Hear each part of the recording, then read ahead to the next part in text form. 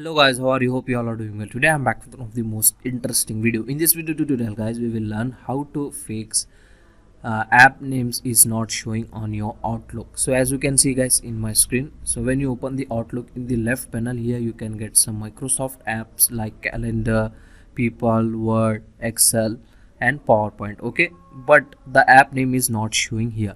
To fix this issue, just click on settings gear icon like this in the top right side, go to journal and from here click on appearance and then scroll down at the end.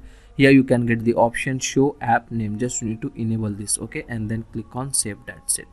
Now close your settings and in the left panel you can get the all apps name is showing here. Okay, so this is the way to fix this issue quickly. Okay, so that's it today guys, a short and simple video. Hope you enjoy this. If you enjoy, please guys like, share and subscribe to our channel. Thank you very much.